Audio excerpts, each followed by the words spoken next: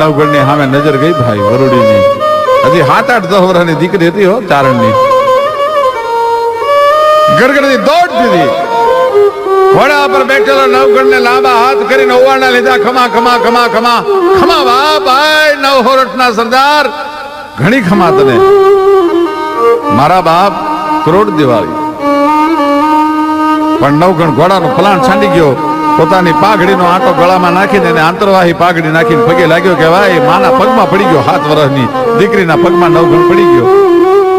માં, મારી બેન જાહલને છોડાવવા માટે જાઉં છું. જીભની માનેલ દેવાયત બોદરની દીકરી, એને હું છોડાવવા માટે જાઉં છું. સિંધના સુમરાએ એને કેદ કરી છે. માં જો ફરી જઈશ ને તો 3 મહિનાની જવતી જાહરે કરી છે. એના બધી વિધા પછી જણાવીશ તો